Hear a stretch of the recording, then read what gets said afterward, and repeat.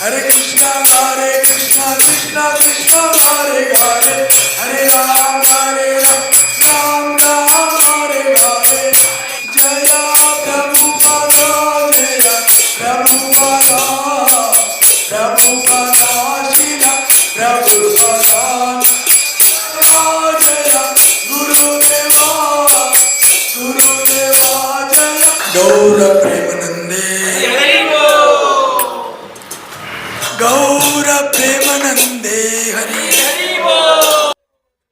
Om Namo Bhagavate Vasudevaya. Bengal Bhakta Vrinda ki Hare Krishna. శ్రీమద్ భగవద్గీత యథాతథం అధ్యాయం 1 శ్లోకం 37-38. ఒకటి మనం గుర్తుంచుకోవాల్సింది ఏంటంటే, అయ్యో నేను శ్లోకం తప్పు చెప్తే ఎవరేమన్నా అనుకుంటారా అని అనుకోవద్దు. మనం కూడా ఎవరన్నా తప్పు చెప్పినా దాన్ని ప్రేమతోని తీసుకోవాలి. ఎట్లా అనిపిస్తాయండి, నేను మంచిగా చెప్పినా వేరే వాళ్ళు చెప్పలేరని మనకు లోపట ఒకటి మొదలవుతుంది. అది ఆ భావం మనకెప్పుడు, నాకు కానీ మనకు కానీ ఎప్పుడు దాన్ని ఎలా తీసుకోవాలంటే పాజిటివ్గా తీసుకోవాలి. ఈ కలియుగంలో ఎట్లున్నది, దేన్నైనా నెగిటివ్గా తీసుకుంటాం. అక్కడ వచ్చింది ప్రాబ్లం. ఇప్పుడు మనకు ఒకసారి ఏమనిపిస్తుంది అంటే, అయ్యో నేను చాలా బాగా చెప్పినా వేరే వాళ్ళు బాగా చెప్పలేరు అనేది మనకు తెలకుండా జరుగుతుంది. ఎప్పుడైతే భక్తుడి యొక్క లక్షణం ఏంటంటే ప్రేమతోని ఇవ్వడం, ప్రేమతోని తీసుకోవడం. లేదు నేను ఇడున్నా 64 మాలలు చేసిన, 20 సార్లు భగవద్గీత చదివిన, 10 సార్లు భాగవతం చదివిన, నేను ప్రేమ చూపియలే అనుకో, దానికి అర్థమే వ్యర్థం. మీరు కొత్తగా వచ్చిరు, మీరు ఒక్క శ్లోకం మంచిగా చదివి భగవంతుణ్ణి అర్థం చేసుకున్నారనుకో, దాన్ని భగవంతుడు తీసుకుంటాడు. ఇది అందుకే భగవంతుని ఏమంటారంటే భావగ్రాహి జనార్దన. భగవంతుడు ఈ 500 రూపాయల భక్తి చూడాడు. దీన్ని ఏమంటారు? 500 భక్తి. 500 భక్తి అంటే తిలకం 10 రూపాయలది, కంటిమాల 60 రూపాయలది, 200ది పంచ, 200ది కూడద. దీంట్లో భావం లేదనుకో, దాన్ని భగవంతుడు తీసుకో. చూడు, శబరిని ఏం చూసిండు భగవంతుడు, కుచేలుని ఏం చూసిండు? భావం మాత్రమే. అందుకే భగవంతుని భావగ్రాహి జనార్దన. మనం అనుకోవద్దు. అంటే మనం ఒక్కోసారి ఏమనుకుంటామా, అయ్యో చెప్తే వేరే వాళ్ళు శ్లోకం తప్పితే ఏమనుకుంటారు కానీ భగవంతుడు అనుకోడు. మనం ఏ భావంతోని అన్నది చూస్తాడు.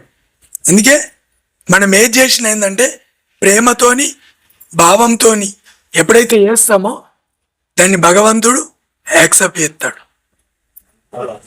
ప్రేమ లేదనుకో, నేను ఎంత చేసినా అది ప్రయోజనం లేదని మనం ఎవ్వరం కూడా ఇక్కడున్న వాళ్ళం ఎవ్వరం అనుకోవద్దు.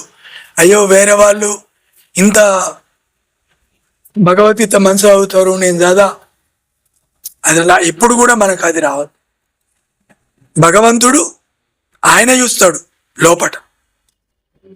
ప్రతి వ్యక్తిలా 2 ఉంటారు, ఇంటర్నల్గా ఒకటి, ఎక్స్టర్నల్గా ఒక్కడు. ఇడేమైతే అంటే చెప్పడం ఒకటవుతుంది, పాటించడం ఒకటైతుంది. ఈ 2 ఒకటైనప్పుడే దాన్ని భగవంతుడు గ్రహిస్తాడు. నేను ఈడ కూర్చున్నా, మీరు ఆడ కూర్చున్నా. అందుకే భగవంతుని భావగ్రాహి జనార్దన. మనం ఎప్పుడు కూడా బాధపడద్దు. ఒక్క మాలైనా సరే ప్రేమతో చేసినామా భగవంతుడు తీసుకో.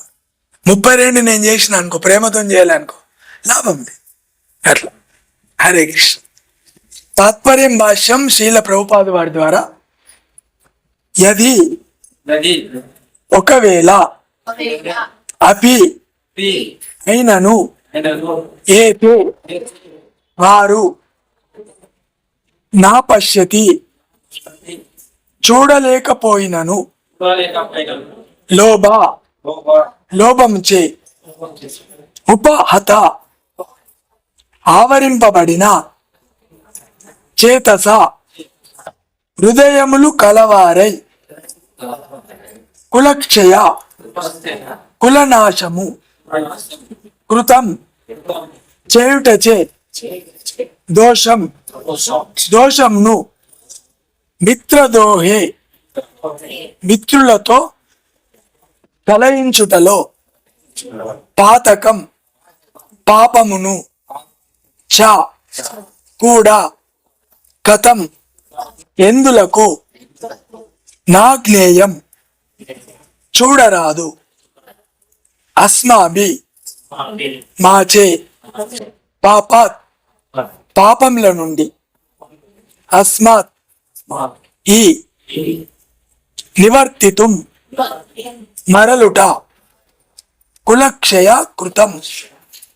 కృతం వంశనాశం చేయుటచే కలుగు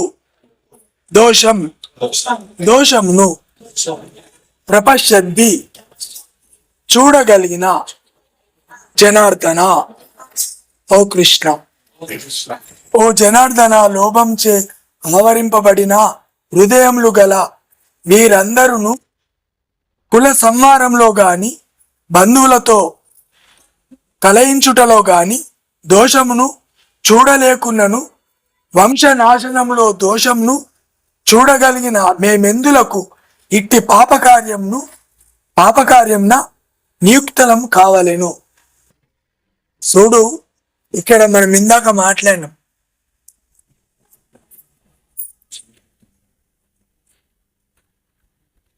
అంటే అర్జునుడి యొక్క ఆలోచన ఏ విధంగా ఉన్నది చూడు. మరి ఒక వంశం వాళ్ళే కదా, కౌరవులు పాండవులు, కానీ ఇక్కడ వ్యత్యాసం ఉంది. అందుకే మన లోపల కూడా కౌరవులు ఉన్నారు, పాండవులు ఉన్నారు. ఎప్పుడైతే ఈ యొక్క హరే కృష్ణ మహామంత్రం ప్రేమ ద్వారా మనస వాచ కర్మను వేస్తామో, కౌరవులు పోయి మన మనసు పాండవులై, మనం దీన్ని బట్టి భగవద్గీతను బట్టి మనం ఏ స్థానంలో ఉన్నాం, ఎట్లున్నామో మనం అర్థం చేసుకోవచ్చు. మనము వేరే వాళ్ళను చూయించే అవసరం మనకు లేదు. ఫస్ట్ మనని మనం చెకప్ చేసుకోవాలి. దేని ద్వారా? భగవద్గీత ద్వారా.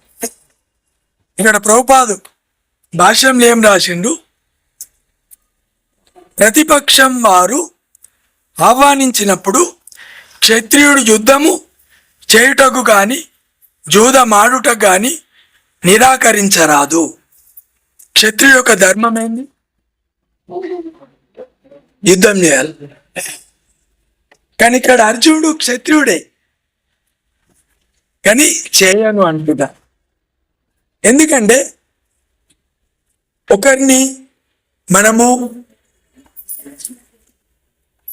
ఒకరి మనుషులు ప్రేమించాలంటే మన దగ్గర ఆ ప్రేమించే హృదయం ఉండాలి. ఆ ప్రేమించే హృదయం ఎప్పుడైతే ఉండదో, ఎప్పుడైతే ఇప్పుడు ఆడ సౌండ్ రాగానే నేను కోపంకు రావచ్చు, కానీ నా ధర్మం కాదు. దాన్ని ప్రేమతోని తీసుకున్నప్పుడు ఆ వ్యక్తి మనకు అర్థమైంది. మనిషిని డిస్టర్బ్ చేయడం మనిషి యొక్క స్వభావం. మనం అనుకుంటాం శత్రువులు ఎక్కడో ఉండరు, మన హృదయంలో ఉంటారు. అందుకే చూడు, భగవంతుడు రాజుకి వెళ్ళిండు, వీళ్ళకు కనీసం ఒక 5 ఊర్లు ఇవ్వమని. కానీ వాళ్ళేమన్నారు? సూది మోపేంత కూడా స్థానం ఇయ్యమని చెప్పారు. అప్పుడు ఈ యొక్క యుద్ధం చాలా. మరి కౌరవులు అది ఎప్పుడైతే ఆ రాజ్యం ఇయ్యమన్నప్పుడు పాండవులు కూడా యుద్ధానికి దిగాలి. ఎందుకంటే వీళ్ళకు ధర్మం ఏంటో తెలుసు. ఆ ధర్మం ఎలా తెలుసు? శ్రీకృష్ణ పరమాత్ముడికి అందరి హృదయంలో ఉన్నారు. శ్రీకృష్ణ 84 లక్షల జీవజాతులలో కూడా పరమాత్ముడు ఉన్నాడు. కానీ భగవంతుడు ఏ తండ్రికైనా ఉంటుందా పిల్లల మీద శత్రుభావం? ఉండదు. కానీ ఎప్పుడైతే తండ్రి యొక్క మాటలు వింటారో వాళ్ళ యొక్క జీవితం బాగుపడుతుంది. వినలేరు అనుకో బాగుపడదు. అందుకే తండ్రికి ఎప్పుడు ఉంటుంది నా కొడుకు మంచి ప్రయోజకుడు కావాలి. తండ్రికి ఆలోచన ఉంది, కొడుకు లేదనుకో ఏం ప్రయోజనం? ఇక్కడ కౌరవులకి పాండవులకి వ్యత్యాసం ఇది. ఎప్పుడైతే పాండవులు తండ్రి యొక్క మాటే వినే స్థితిలో ఉన్నారు, కౌరవులు లేరు. క్షత్రియుడు నిరాకరించరాదు, యుద్ధం చేయాల. ఏది 4 వర్ణాలు ఉన్నాయి. ఏది? బ్రాహ్మణ, క్షత్రియ, వైశ్య, శూద్ర. కానీ ఒకవేళ కలియుగంలో బ్రాహ్మణులు అంటే మనం అనుకుంటాం, నేను ఈ వేషం ఉండగానే బ్రాహ్మణుడు అని అనుకుంటాం. నేను బ్రాహ్మణ కులంలో పుట్టిన, నాకు బ్రాహ్మణ గుణం లేదనుకో లాభం లేదు. వేరే వాళ్ళు శూద్ర కులంలో పుట్టిననుకో, బ్రాహ్మణ గుణం ఉన్నదనుకో బ్రాహ్మణుడి కిందనే పరిగణించబడతాడు. అందుకే ప్రభుపాదు మన లోపల కుల మత వర్ణ భేదం చూడలేడు. శూద్రుని కూడా బ్రాహ్మణుని తయారు చేశాడు ప్రభుపాదు. శూద్రుని కూడా బ్రాహ్మణుని తయారు చేసింది. ఇది ఏంటంటే కులాలు రెండే, తెలుసా మీకు? కులాలు రెండే. ఏంటి? స్త్రీ పురుషం రెండే కులాలు. మనకు వృత్తిని బట్టి కులము. ఇప్పుడు ఇలా ప్రభుపాదు ఒకవేళ కులం అనుకుంటే ఇక్కడ మనం ఎన్ని కులాలు ఉన్నాం? మీరు ఎప్పుడైనా గుర్తుంచుకోండి, మీకు కూడా ప్రాక్టికల్ అనుభవం ఉంటుంది. మన ఇస్కాన్లు ఎవరైతే వస్తారో మనం ఎవరిని కులం అడగం, మతం అడగం. ఇది మన పరంపర నుంచి వస్తున్నది. అందుకే ప్రభుపాద ఏం చేసిండు? శూద్రులను కూడా బ్రాహ్మణులని తయారు చేసారు. ఇప్పుడు బ్రాహ్మణ కులంలో ఉన్నాం. ఈ హరే కృష్ణ మంత్రం జపం చేయలే అనుకో, భగవద్గీతను పఠించలే అనుకో, శూద్ర కిందనే లెక్క. ఇక్కడ చూడు, ఇది ఎందుకు చెప్తున్నామంటే ఈయన క్షత్రుడి యొక్క ధర్మం చెయ్యాల, కానీ అంటుంది. ఎందుకు? దాని లోపల బ్రాహ్మణత్వం ఉంది. బ్రాహ్మణ అంటే ఇతరులను ప్రేమించుడే బ్రాహ్మణుడి యొక్క ధర్మం. మనం ఎప్పుడైతే ఇతరులను మనం ప్రేమించుడు నేర్చుకోలేమనుకో, నేను చెప్పిన కదా ఇందాక, నేను ఈ వ్యాసపీఠం మీద కూర్చొని ఎదుటి వారిని అర్థం చేసుకోలేనుకో దీనికి అర్థం లేదు. ప్రభుపాద అది చేసినాడు. ప్రతి ఒక్కళ్ళను బ్రాహ్మణులను తయారు చేసినాడు. అందుకే ప్రేమ ద్వారానే భగవంతుడు మనకు అర్థమవుతాడు. మనకు ఇప్పుడు చూడు, కౌరవులకు అర్థమైన ఇలా ఒక చిన్నది కథ చెప్తా. సంధికి పోయినప్పుడు కౌరవులు ఒప్పుకోలే. సంధికి పోయిండు పరమాత్మ శ్రీకృష్ణ భగవాన్, వాళ్ళు ఒప్పుకోలే. తర్వాత యుద్ధం నిర్ణయంకి వచ్చింది. నిర్ణయంకి వచ్చినప్పుడు దుర్యోధనుడు పోతాడు ముందే కృష్ణుడి దగ్గరికి. ఇలా 2 విషయాలు మనం అర్థం చేసుకోవాలి. ఇక్కడ మనకు దుర్యోధను పోయినప్పుడు ఎక్కడ నిలబడతాడు దుర్యోధనుడు? కృష్ణుడి తలాపుకు నిలబడతాడు. తర్వాత అర్జునుడు పోతాడు. అర్జునుడు ఎక్కడ నిలబడతాడు? కాళ్ళ దగ్గర నిలబడు. నేను చెప్పేది మీకు అర్థమవుతుందా? ఇక్కడ 2 మనం విషయాలు మనకు కూడా ఉంటాయి. ఈ విషయాలు మన ప్రతి లోపల నాతో సహా అందరికి ఉంటుంది. దుర్యోధను వాడు ఎక్కడ నిలబడ్డాడు? తలగడికి. తాళకట్టుకి ఎందుకు నిలబడాలని? అహంకారం. కానీ అర్జునుడు తాళ్ళకట్టుకి పోయి నిలబడేసరికి అప్పుడు కృష్ణుడు ఎవరిని చూసిండు? అర్జునే చూసిండు. దీన్ని ఏమంటారంటే శరణాగతి భావం. ఎప్పుడైతే మన హృదయంలో శరణాగతి భావం ఉంటుందో గురువు భగవంతుడు అప్పుడు అర్థమవుతాడు మనకి.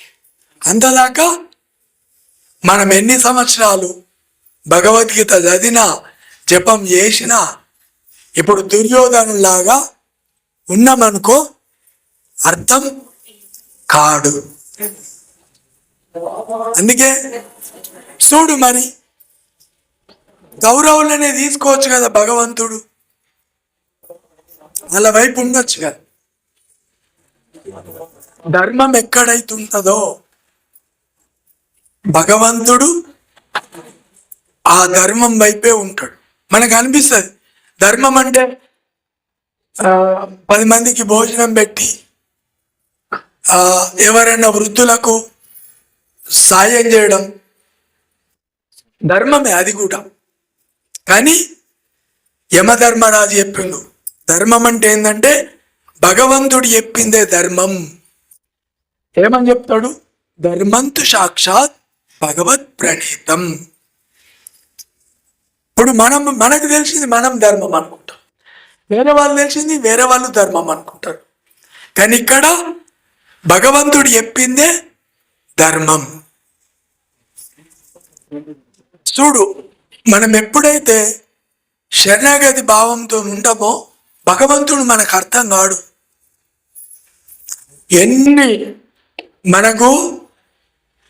ఎన్ని ఆశ్రమాలు పెట్టుకున్నా, ఎంత గడ్డాలు మీసాలు పెరిగినా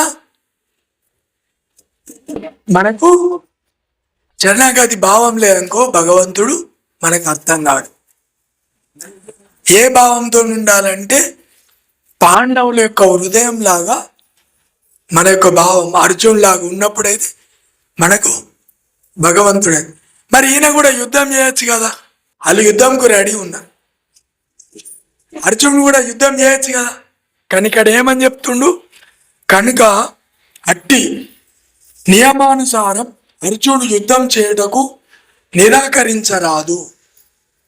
కానీ నిరాకరించిండు. ఎవరు? అర్జునుడు. ఎందుకు నిరాకరించిండు? ఎందుకనగా అతడు దుర్యోధనుడి పక్షం వారి చేత యుద్ధమునకు ఆహ్వానించబడింది. ఈ సందర్భంలో అట్టి సవాలు చేత కలుగు ప్రభావములను ప్రత్యక్షము వారు గ్రహించలేకుండిరి. అర్జునుడు భావించారు. చూసిరా ఇక్కడ భక్తుడికి అభక్తుడికి వ్యత్యాసం మనం అర్థం చేసుకుంటే, కౌరవులు అంటే చూడు వాళ్ళ పేరు నుంచే మొదలైంది. ధృతరాష్ట్రుడు, దుర్యోధనుడు, కౌరవులు, ఇక్కడ పాండవులు, పాండురాజు. ఎంత అక్కడ వ్యత్యాసం ఉంది ఇక్కడ. అంటే భక్తి యొక్క భావము, అభక్తి యొక్క భావం ఎట్లుంటది మనం చెక్ చేసుకోవచ్చు. దీన్ని బట్టి మనం ఇతరులని ప్రేమించలేమనుకో కౌరవులు, ఇతరులను ప్రేమించి అర్థం చేసుకున్నాం అనుకో పాండవులు. అంతేనా మాతాజీ? అందరికనే బాడీ ప్రజెంట్, మైండ్ ఆబ్సెంట్, కూర్చాయి. ఏం చెప్పిన ఇందాక? ఏం చెప్పినా ఇద్దరు మన లోపట ఉన్నారు. భగవంతుని అర్థం చేసుకుంటే పాండవుల బైతం, అర్థం చేసుకోకపోతే కౌరవులం అవుతాం. అందుకే పాండవులు కౌరవులు ఎక్కడనో లేరు, మన హృదయంలో ఉన్నారు. ఎప్పుడైతే హరే కృష్ణ హరే కృష్ణ కృష్ణ కృష్ణ హరే హరే హరే రామ హరే రామ రామ రామ హరే హరే, ఈ మహామంత్రాన్ని మనస వాచ కర్మలతో ఎప్పుడైతే చేస్తామో కౌరవులు పోయి పాండవులు మన హృదయంలో మొదలైంది. లేకపోతే మనం ఎన్ని సంవత్సరాలు గుడికి వెళ్ళినా మార్పు రాదు. ఈ సందర్భంలో అతి సవాలు చేత కలుగు ప్రభావంలను ప్రతిపక్షం వారు గ్రహించలేకుండ్రి. అర్జునుడు భావించాడు, ఎందుకు? ఈయన లోపల ప్రేమ ఉంది. ఆ ప్రేమ ఎలా వచ్చింది? కృష్ణుడు యొక్క ప్రేమ ద్వారా ఈయనకు ప్రేమ లభించింది.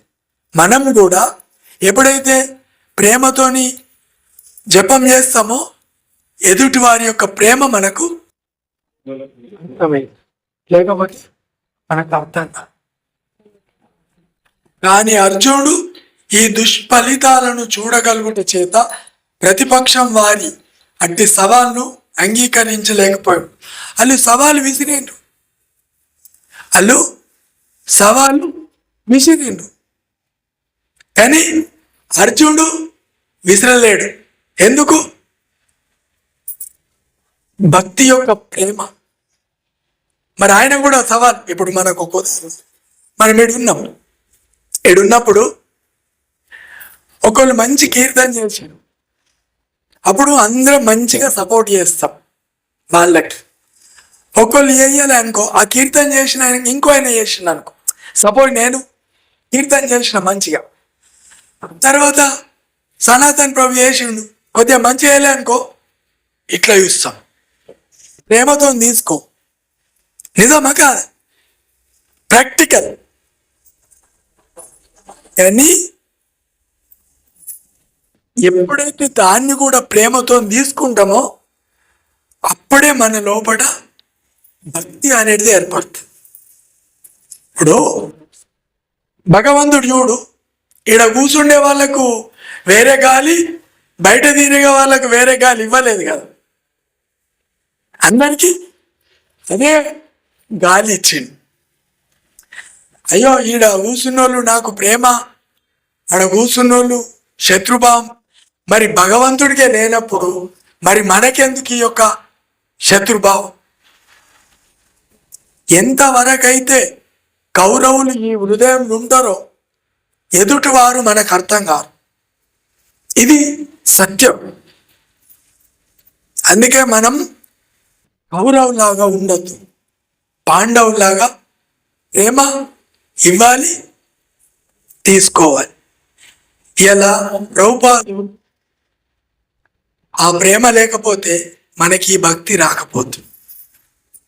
ప్రభుపాదు చూడలేడు, నువ్వు ఇదా ఇదా ఇదా ఇదా, ఇలా ఇప్పిలను హ్యాపీ చేసేసి ప్రభుపాదు తన ప్రేమతోనే కదా. ఇప్పుడు ప్రభుపాదు ఫస్ట్ అమెరికా వెళ్ళినప్పుడు వాళ్ళకి ఎలా భుజించాలో తెలియదు, ఎలా నడుచుకోవాలో తెలియదు. ప్రభుపాదు కూడా భోజనం ప్రసాదం భోగపెట్టి వాళ్ళకి భోజనాలు పెడితే వాళ్ళకేందంటే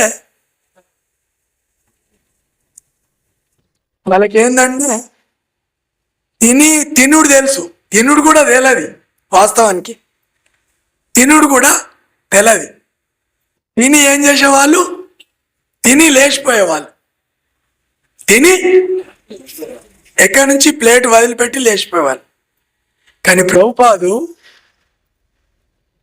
వాళ్ళు వెళ్ళిన తర్వాత తను కడిగేవాడు పాత్ర.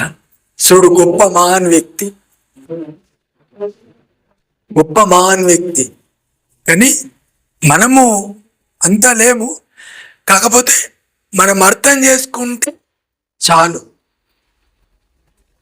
ఈడెక్కడ యుద్ధం మొదలైతుంది మనకు?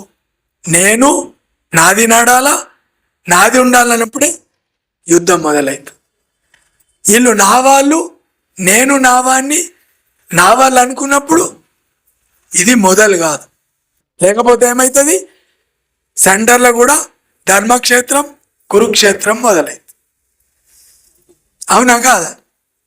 అట్లా అందుకే మనము అందరం పాండవులాగా ఉంటూ హరే కృష్ణ మహామంత్రాన్ని జపం మంచిగా చేసుకుంటూ మనసా వాచ కర్మన భగవద్గీత శ్లోకం ఒకటే. మీరు ప్రొద్దున ఎంత వీలైతే అంత ఒక మాల జపం, ఒక మాల శ్లోకం, దాన్ని అర్థం చేసుకున్నామా మనకు భక్తి. మన ఆచార్యులు చెప్తున్నా, ఏం చెప్తలే. ఒక మాల జపం, ఒక మాల శ్లోకం, దాన్ని కొద్దిగా అర్థం చేసుకున్న చాలు. అందుకే స్వల్పమప్యస్య ధర్మస్య త్రాగతో మగతో భయ. మనం ఎన్నిసార్లు భగవద్గీత చదివినాం అనేది ముఖ్యం కాదు, మనం దాన్ని ఎంత అర్థం చేసుకున్నాం అనేది మనకు ముఖ్యం.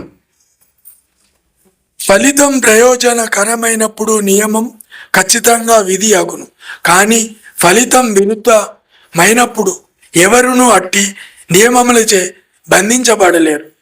ఇట్లు మంచి చెడుల ఆలోచించే అర్జునుడు యుద్ధం చేయరాదని నిశ్చయించుకోలేడు. ఇక్కడ అర్జునుడు ఇక్కడ మంచిని అర్థం చేసుకున్నాడు, చెడును అర్థం చేసుకున్నాడు. కానీ మనం ఏం చేస్తాం?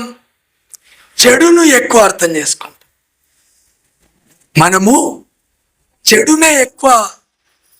ఇప్పుడు మీరు ఇక్కడ అందరు సేవ చేస్తున్నారు, అందరూ భగవంతుడి యొక్క కైంకర్యంకై సేవ చేస్తున్నారు. మనకు ఒక్కోసారి ఏమనిపిస్తుంది? ఒక చిన్న అర్థం చేసుకునే దాని మీద ఉంటుంది మనం ఏదే కానీ. మనం ఫస్ట్ అనుకున్నాం, నెగిటివ్ను కూడా పాజిటివ్గా తీసుకున్నామా ఇష్యూ రాదు, గొడవ కాదు. అవుతుందా? పాజిటివ్ను కూడా ఈ కలియుగ ప్రభావం, మనందరి కాదు, కలియుగ ప్రభావం.